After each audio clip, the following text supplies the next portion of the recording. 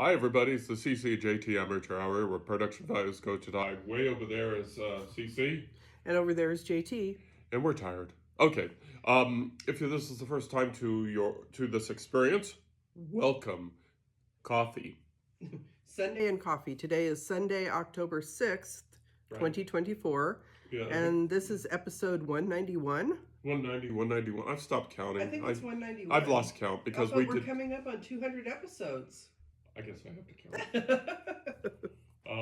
And like I said, if you're new to this experience, we're a couple of writers of a certain age, obviously, and we like to write, and we like to share our writing experiences in hopes that people learn from our experience.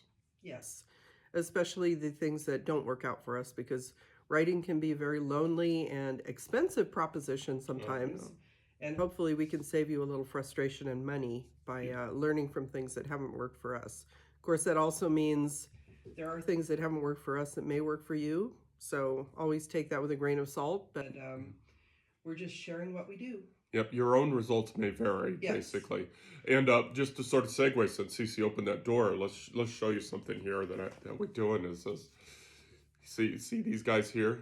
These are books that we've written. The blue one on the bottom is from Tundra to Tiara, which is something we wrote together. And then the rest are books that I stumbled along and wrote.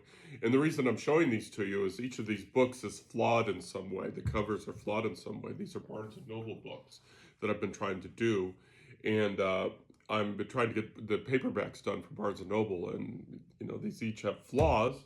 So the good thing is we have books to give away because we're not going to sell these because they are flawed. So we're just going to give these away. So someday we'll get around to doing that. But the challenging news is trying to do the covers up on the Barnes and Noble thing, and they try to help as much as they can. But I'm just kind of dense that way. But it's a process. So someday we may do, once we become really good at this video thing, is we may show people how to do covers. But right for now, it's frustrating. It's frustrating. Well, and that's another one of the things that we are hoping that you learn from our experience, because we do talk about our podcast being where production values go to die. And we have recently tried to upgrade our production values a little bit. So you notice now we're doing the 2-camera setup versus we used to have just the two of us sitting together with our snowball, which I enjoyed. Yeah. And it seemed to work well, but now we're trying to do things where we actually have to cut back and forth, and sometimes those don't work out quite so well either. Yeah, and I don't know if the sound quality is any good or the video quality is any good on these things, but we're giving it a try, and we may fall back to what we used to do it. But it keeps things interesting. It keeps things bouncing. Yes. But enough about our woes. No, it's just what we're doing in real life, and sometimes things work out really well, and sometimes they don't. Yeah. And you just keep motoring on. Keep motoring on. Keep motoring on.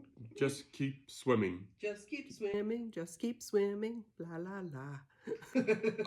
We do have a few things going on. First of all, we do want to say that our business is rolling along. Yes. Our business is rolling along, and we have reserved a URL out there, twomorebooks.com. Two as TWO, more, MOORE, books.com. So there's nothing out there.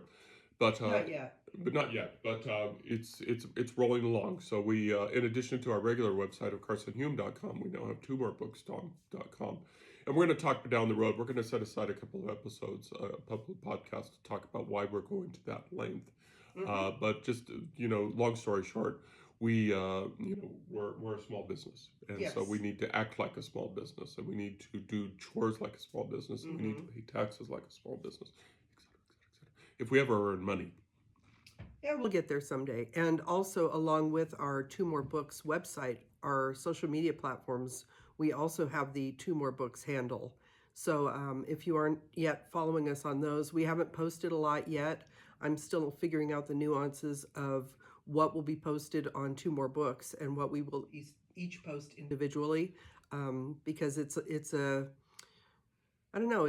complicated. It's complicated. And we want to, as JT said, we want to function as a business. We want to do this properly. So that's why we are formalizing things a little bit more. So we have the website URL now reserved, and we do have the social media for 2 more books. So check it out, and be sure to follow along if you haven't already. Yeah, these are all things that we're trying to do or trying to work out. And, just as I said, we're trying to grow as a business because, why not? It's something, it's fun and it's really hard work. And the outcome of hard work is success in some way. There's always some kind of success. People say, well, you did all this work and you didn't, you failed. And it's like, well, that's not true.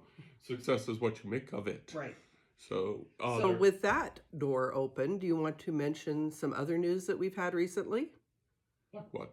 Well, we mentioned previously that one of JT's books, A Sheriff in Nevada, was picked up by the Churchill County Library in Fallon. Woo! And I think now we're safe to announce it's not on the shelves yet, but it is being cataloged. The Nevada State Library has picked up both Sheriff in Nevada and the follow-up, The Sheriff in Nevada Downfall.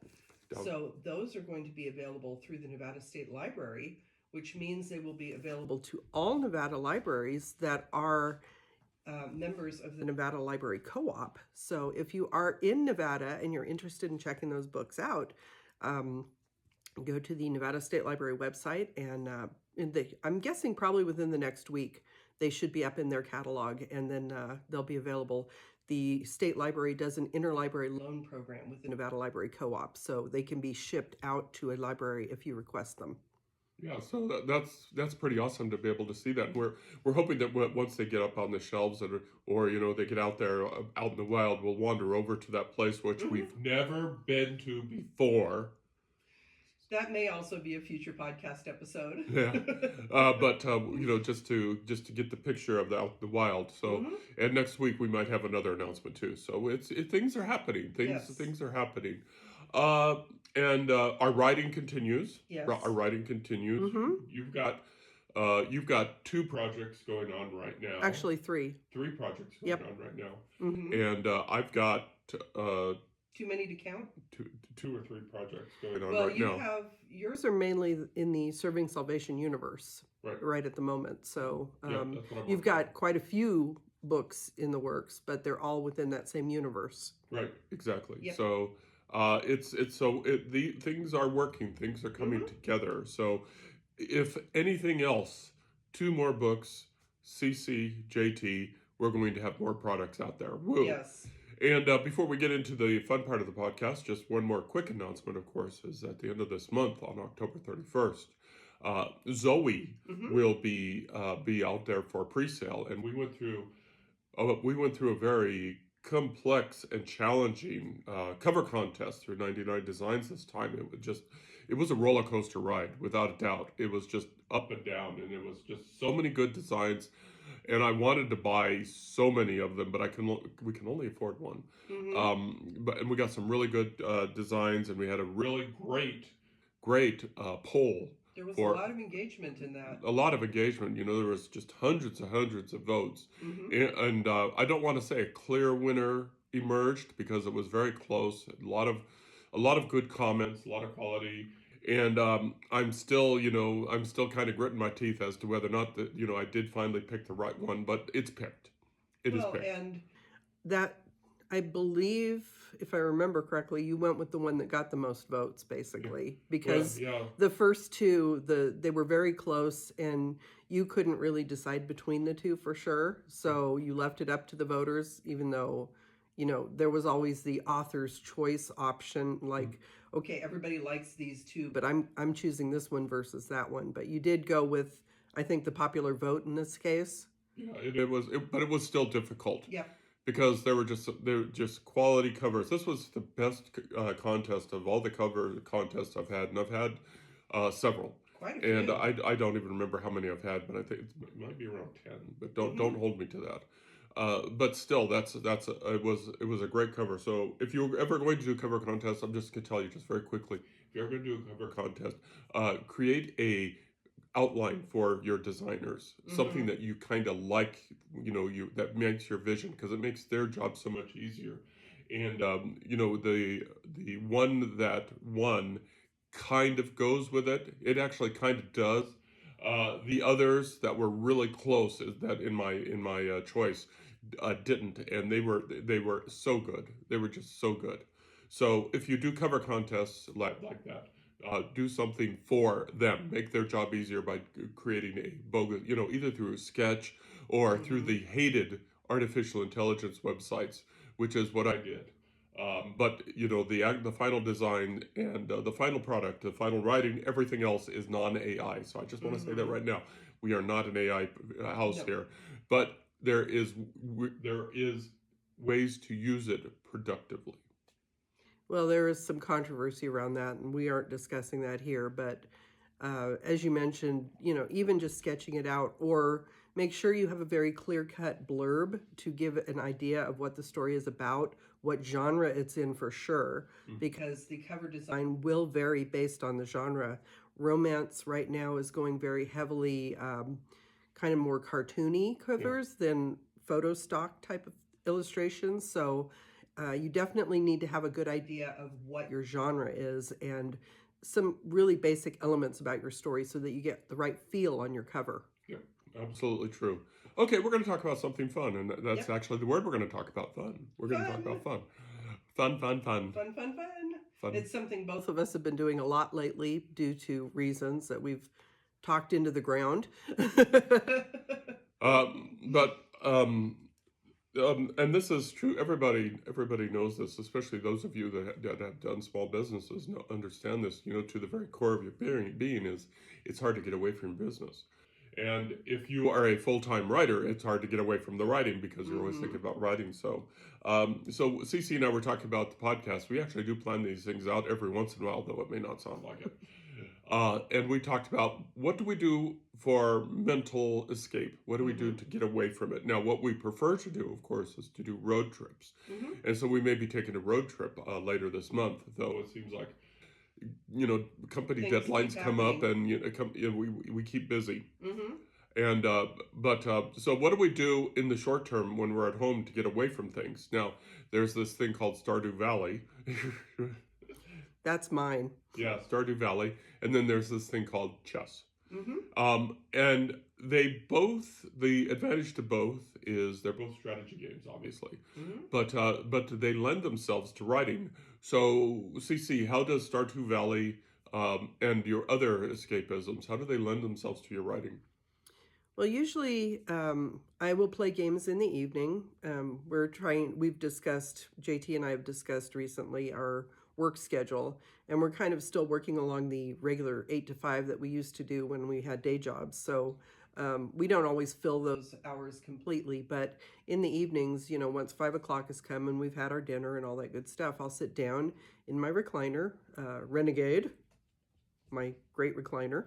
And lately, I've actually been streaming Stardew Valley from my Switch to our big TV, which is actually a lot of fun. I didn't like to do it before. But Stardew Valley is a game that, if you're not familiar with it, it's basically a farming game. And you have a variety of options when setting up your farm, which locations you can set it up with. You're given a series of tasks to fulfill. Obviously, you have to clean up your farm, you have to plant things, you get animals. You can add on to your house, you can add on farm buildings, but then you also go out and you do tasks for the community. So you fulfill tasks to clean up the community center, which has been closed for a long time because the community has been taken over by this evil corporation called Jojo Mart.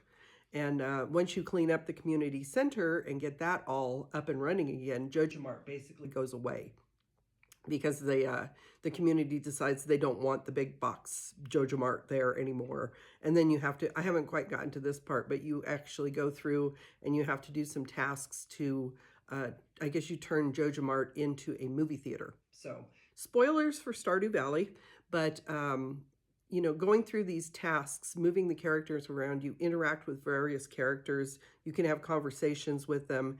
You can figure out what their likes and dislikes are. You can actually have relationships with some of the characters. If you give them enough gifts, you can marry someone in one of your games, which I did at one point, and I regretted it immediately because I feel like I didn't choose the right character. So all of that, along the writing front, all of those interactions, the fulfilling the tasks, kind of strategizing how to go about fulfilling the tasks, kind of, if I'm working on a problem with one of my stories, this strategizing and stuff can sometimes give me ideas as to how I can strategize in my story. So it's not directly related to my characters, but it can help determine a new path if I'm stuck.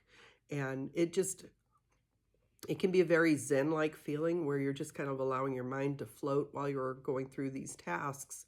And it allows the other part of my brain that's got all the stories going all the time to just kind of allow things to fall into place.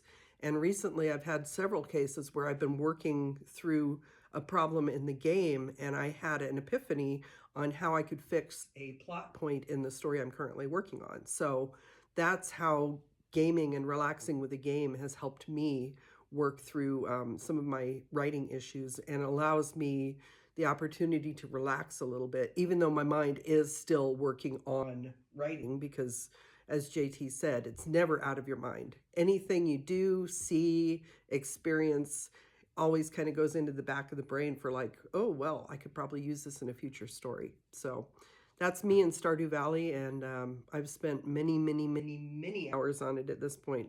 It's one of the games that my kids got me started on, along with Animal Crossing, which I had a problem going back to because it's in real time and it stresses me out because if you haven't played the game for a while, the characters start saying, "Where have you been? We missed you."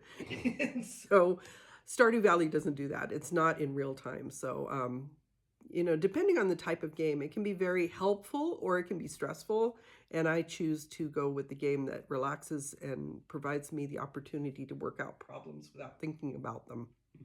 And it obviously works because, it gets you that distraction, it gives you the escapism that, a road trip or a plane trip Right. can also do. So, Yes. That works out for you. For me, I play way too much chess. I play way too much chess on a website called Game Knot. Game Knot is KNOT. Game Knot. I've been there for years. Been there for many years. I've got almost 6,900 completed games, which is just a coincidence. And right now, I'm currently playing 43 games of chess, and I am a bad chess player. I am a terrible chess player. I disagree. Yeah, but it's like if I get above, and this is for for chess players, if I get above a rating of above 1,300, then it's like I'm having a good I'm having a good period of time. But usually I'm in the 1,200 range, which is an average score.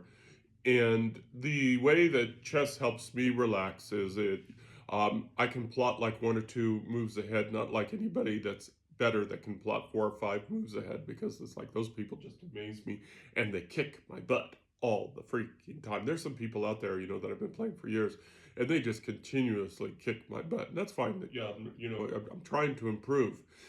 And you don't improve unless you fail.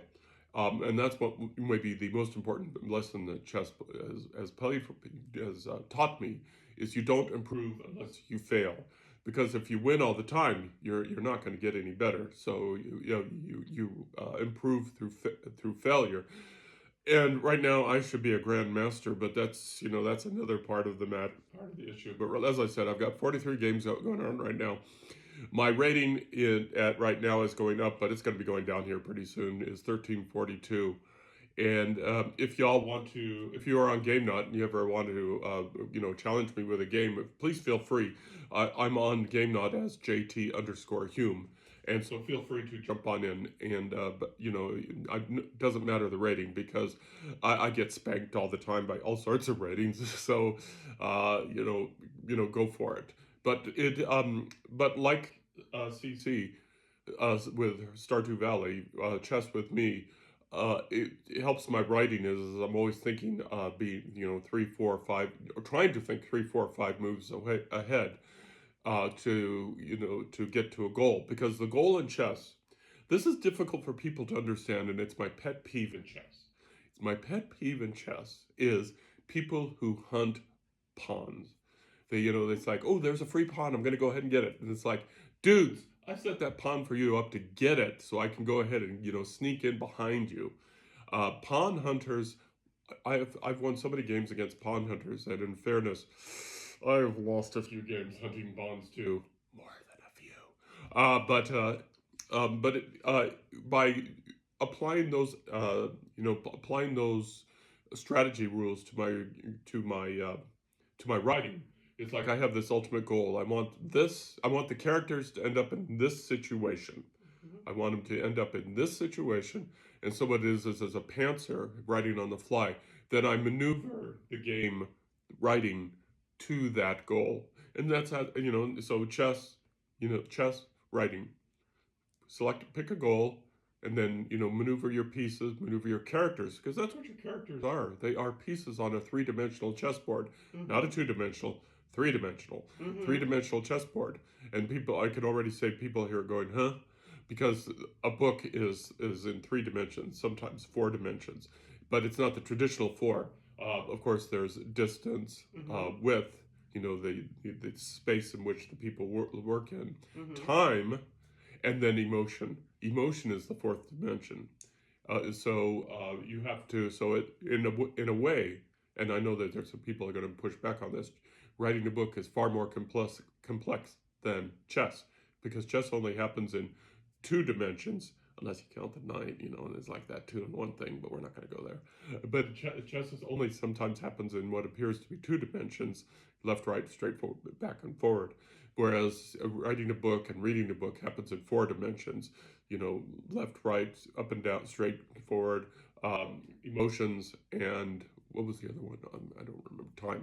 Time. So, it's the 2 are comparable in my opinion, and that's how my books are written. And I know I've talked a little too much, but you can tell that in my writing, because it's like my characters are always moving forward. They're always moving, and that's because they're moving on the chessboard. Well, and you have been playing chess since childhood, right? Oh, God, yes. So you have a very, basically, as your brain was developing, you had this going on in there, and it was forming these certain connections, which is, a lot of that happens up into your early adulthood. Your brain, I think, continues making connections until your mid-20s. So in that time that you were learning chess, I'm sure that helped, because you were also reading things, and you could probably see where someone's story kind of strategized in maybe the same way as some of the chess games did. Yeah. And actually, one of my other off-time pursuits is watching old TV shows. And I was watching one the other day where chess was actually a big part of the episode, and figuring out the chess moves actually helped to solve the mystery. So obviously, you're not alone in using chess in writing, because people actually write it into their stories as well.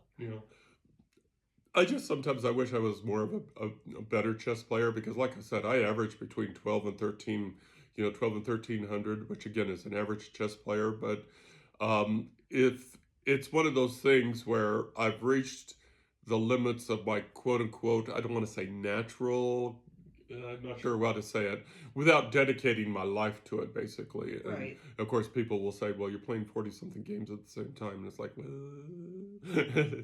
But while you're playing those 40-something games, you're also doing other life things. So it's like when you have a minute here and there, you go in and make a move. It's not like you're sitting there, like you said, strategizing 4 or 5 or 6 moves ahead. Yeah, exactly.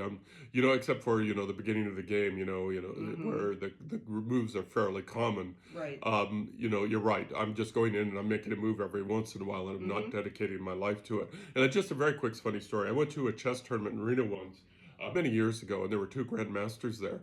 And I thought, this is cool, because we're going to see all sorts of fun stuff. And so they both sit down, the clock go off, and then the first, it was like the first 20 moves they made them all in the first minute, because they'd seen so many openings. They had so many openings, and they knew the white moves and the black moves, that they just started. It went really that fast. Boom, boom, boom, boom. Actually it went boom, boom, click, boom, boom, click, boom, boom, click. Of course, the timer. And it was just boom, boom, click. And it was like the first 10 to 20 moves, because they'd seen everything. And then when they hit that a certain point, they just stopped. And then that's when they started their staring contest with the board. I always thought that was kind of interesting, because by the time they had reached Grandmaster, they had played thousands upon thousands upon thousands of games. Mm-hmm. And like I said, just in my one site where I've been, on one site here for, more than, I couldn't even begin to guesstimate. But I've like I said, I've got 6,857 completed games, Mm-hmm. and so and by then, I also have the same typical moves, dum dum dum dum Right. dum. So that's just trivia to me. Okay, I'm done. Uh, So, seeing the two grandmasters, did some of the moves, were they something that you could have predicted based on the particular person, or were they just kind Yeah, of of course generic they've studied moves? each other. They've Right. studied the grandmasters study each other. They've probably played each other more than a few times. True. But it's the board, and they see the board, and they know exactly what's going on. So Right. it's yeah,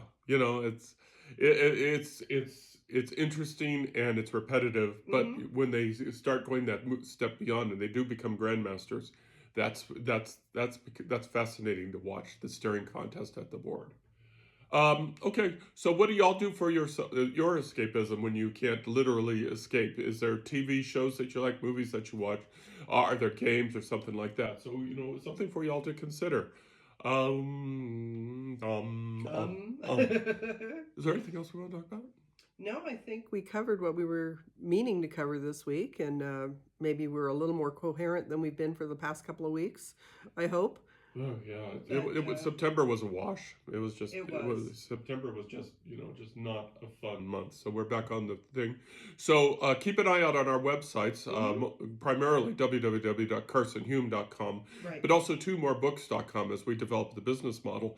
And if you have any ideas or feedback, let us know, and we can go from there. And definitely, if you haven't yet started following us on social media, I'm also doing Spooktober with Edgar Allan Poe. I'm posting it on most sites. I was doing some on TikTok, but not quite as much at this point because it's problematic. But I have a series up on YouTube. So follow along on my YouTube channel. It's author Cassidy Carson, and we will have that linked also. But I think Spooktober is kind of fun. Yeah. It's up all the time. I have a playlist, and I'm adding to it daily. I did a lot of readings last year, and this year I am adding basically a little bit of backstory to the poems that I read last year. Yeah, and it's fun, especially if you're an Edgar Allan Poe fan. This is right in your swing, folks. If you like Edgar Allan Poe, then CC puts a lot of passion and energy into these things, and they're fun to watch. So go out there and get there. So we're gonna go ahead and let you go. Have a happy Sunday. Have a happy week. So sitting over there is CC, And over there is JT. and y'all take care of yourself now. Bye.